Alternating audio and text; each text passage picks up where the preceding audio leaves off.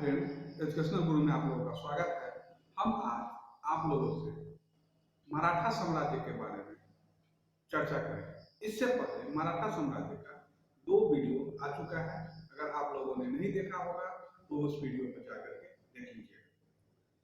और आज हम लोग उस वीडियो दोनों वीडियो में हम लोगों ने शिवाजी के बारे में और उनके जो दोनों उत्तराधिकारी थे, संभाजी, राजा राम, साहू जी, ताराबाई, शिवाजी द्वितीय आदि के बारे में जान चुके हैं।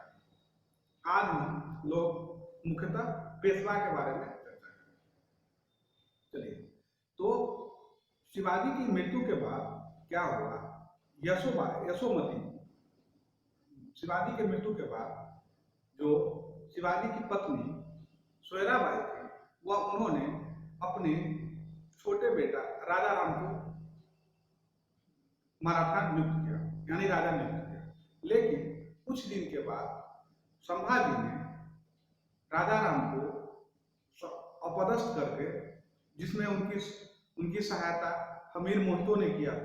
इसके बाद राजा बनने के बाद उन्होंने नीलोपंत को अपना पेशवा नियुक्त किया, साथ ही कवि कलश को अपना सलाहकार नियुक्त किया। सलाहकार नियुक्त करने के बाद कुछ दिनों के बाद उन्होंने अकबर द्वितीय को संरक्षण दिया था, जिस वजह से औरंगजेब ने मुबारक खां द्वारा उसकी हत्या कर दी, जिसमें 1789 ईस्वी में श्रृंगेश्वर, जिसमें कवि कलश की भी मृत्यु हुई।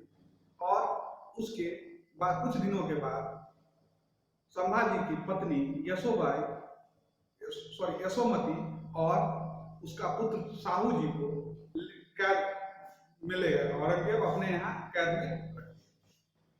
आगे चलकर कुछ दिनों के बाद इसके बाद राजा राम राजा बना और यह भी इधर घूमते हुए औरंगजेब से मुकाबला करता था। लेकिन 1700 ईस्वी में इसकी भी हत्या हो गई।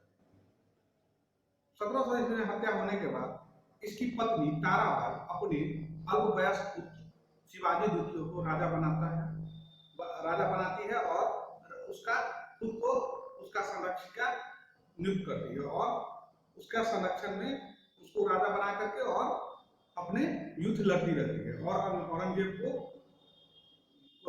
युद्ध लड़ते तक, यहाँ तक कि 1707 तक वह राजा बना रहता है शिवाजी। और आगे चल करके 1707 ईस्वी में साहू जी, औरंगजेब की मृत्यु के बाद साहू जी को औरंगजेब के किले से, औरंगजेब के कैद से छोड़ दिया जाता है। और उसके आने के बाद 1707 ईस्वी में खेरा का युद्ध लड़ा जाता है, जिसमें खेरा के युद्ध साहू जी और ताराबाई के बीच में लड़ा जाता है, जो है उत्तराधिकार का युद्ध।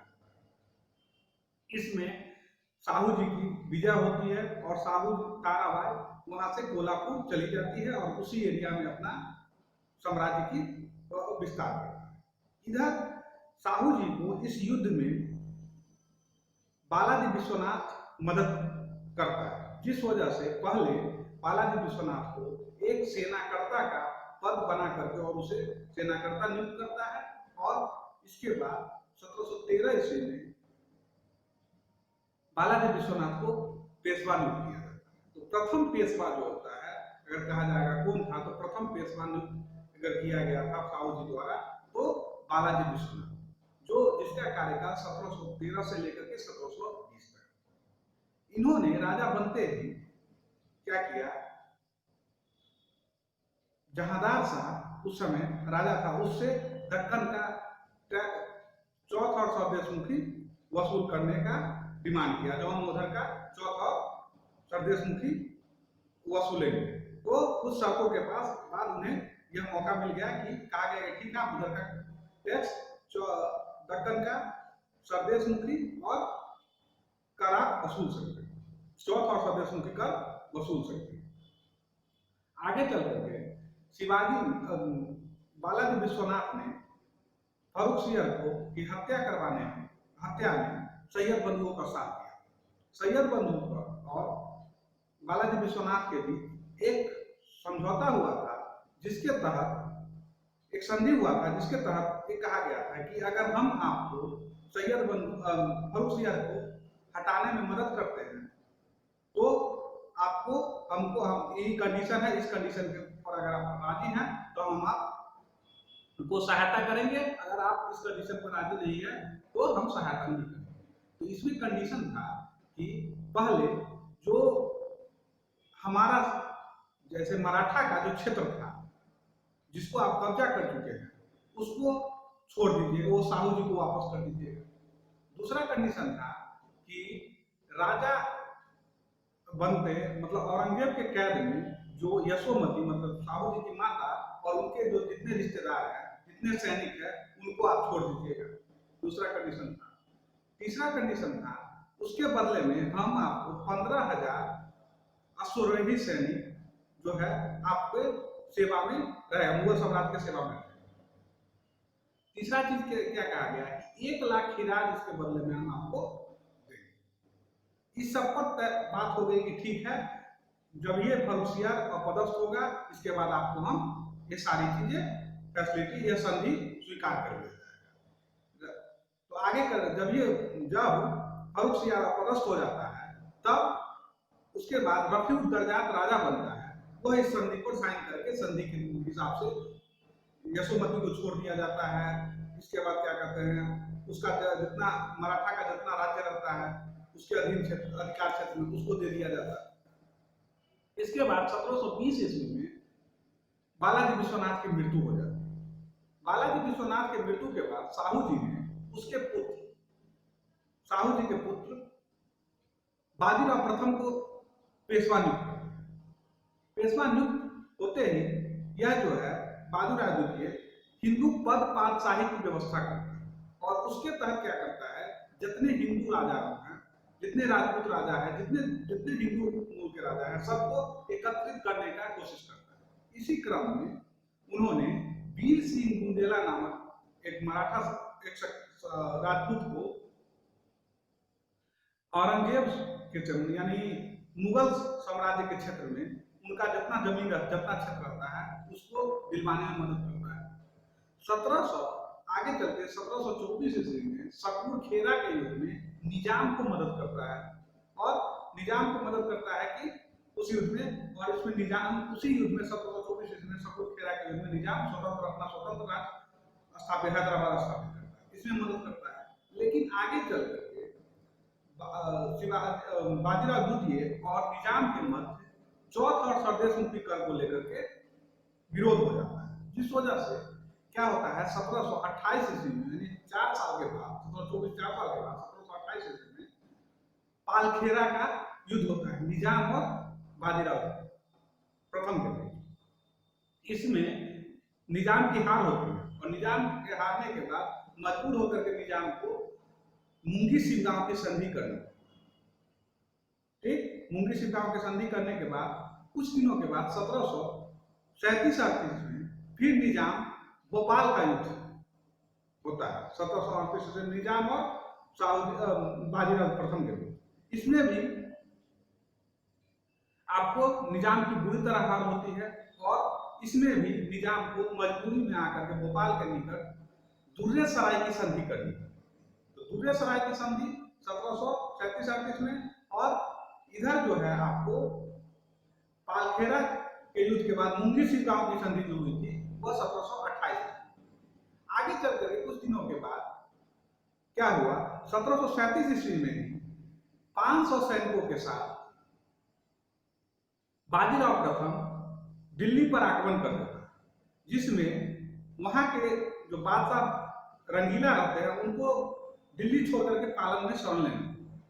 इससे पहले बालाजी विश्वनाथ साहू जी को इन्होंने बाजीराव प्रथम ने कहा रहता है कि मुगल की स्थिति को देखते हुए उन्होंने कहा था कि मुगल का रूपी पेड़ वृक्ष जो है यह अब जर्जर हो चुका है, अगर इसके जड़ पर प्रहार करेंगे तो शाखाएं स्वतः गिर जाएंगी।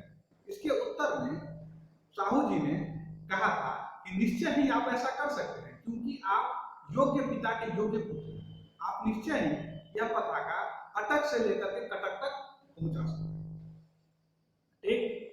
इससे पहले 1731 ईस्वी में बाजीराव प्रथम के बीच यानी कोल्हापुर के जो ताराबाई कहिए या शिवाजी द्वितीय कहिए, दोनों के बीच एक संधि हुई जिसे अरना की संधि, कहीं कहीं अरना होता है, कहीं कहीं बरना होता है। तो अरना की संधि के तहत कोल्हापुर का जितना राज्य रहता है, जितना कोल्हापुर को मराठा के अधीन कर दिया जाता है, ठीक, साहू जी के अधीन कर दिया जाता है। आगे चल करके 1740 ईस्वी में बाजीराव प्रथम की मृत्यु हुई। इसके बाद बाजीराव प्रथम की मृत्यु के बाद 1740 से लेकर के और 1761 ईस्वी तक बालाजी बाजीराव पेशवा बनते हैं। और इन्हीं के समय की महत्वपूर्ण घटना आपको अहमद शाह अब्दाली जो और अहमद शाह अब्दाली और मराठा पेशवा के बीच 1761 का पानीपत की तृतीय लड़ाई। इससे पहले क्या होता है, 1749-50 में संगोला की संधि होती है, जिसमें बाजीराव एवं साहू जी के बीच।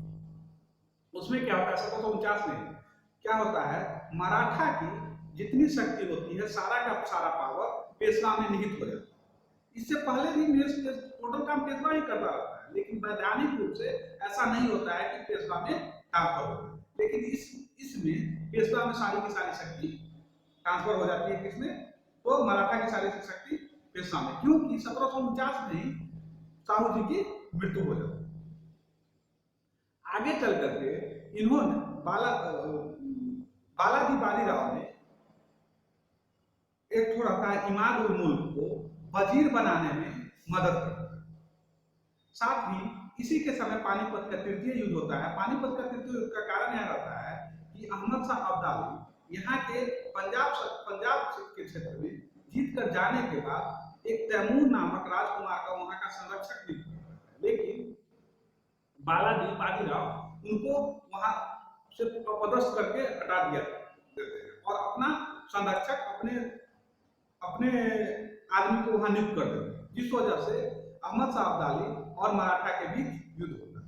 तो अहमद शाह अब्दाली के और मराठा के बीच युद्ध होने में और हारने का महत्वपूर्ण कारण है कि मराठा का साथ कोई नहीं दिया था, क्योंकि मराठा जो है निजाम को भी बार बार हराया था और इस वजह से मराठा का साथ किसी ने नहीं दिया और इस युद्ध में मराठा की हार हुई।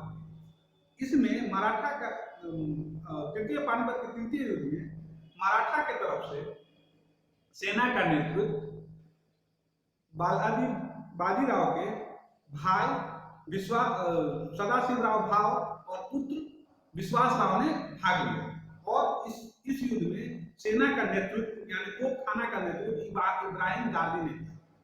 इस युद्ध में विश्वास राव और सदाशिवराव भाव दोनों की मृत्यु हो जाती है, ठीक। और इसी के वजह से यही खबर काशीराव पंडित द्वारा सुनाया जाता है पेशवा को कि मैं इस प्रकार सुनाया जाता है कि मैंने 2 हीरे खो दिए और 27 स्वर्ण मुद्राएं खो दी और चांदी और तांबे इतना खोए जिसका कोई विश्वास नहीं। यानी दोनों पुत्र विश्वासराव पुत्र और भाई सदाशिवराव भाव दोनों को की मृत्यु हो जाती है और जितने अच्छे मराठा सरदार रहते हैं उनकी भी मृत्यु हो जाती है और सेना इतनी मरती है जिसका कोई तो अनगिनत रहता है। इसलिए ऐसे ही में उन्होंने टिप्पणी की और इसी वजह से 1761 ईस्वी में इस आघात से हार के आघात से इनकी मृत्यु हो जाती है बालाजी बाजीराव। आज के लिए इतना ही। अगर वीडियो अच्छा लगे तो वीडियो को लाइक कीजिएगा, वीडियो को सब्सक्राइब कीजिएगा, वीडियो को शेयर कीजिएगा। इसका एक वीडियो मात्र बच चुका है जो अगले क्लास में होगा, ठीक। चलिए आज के लिए इतना।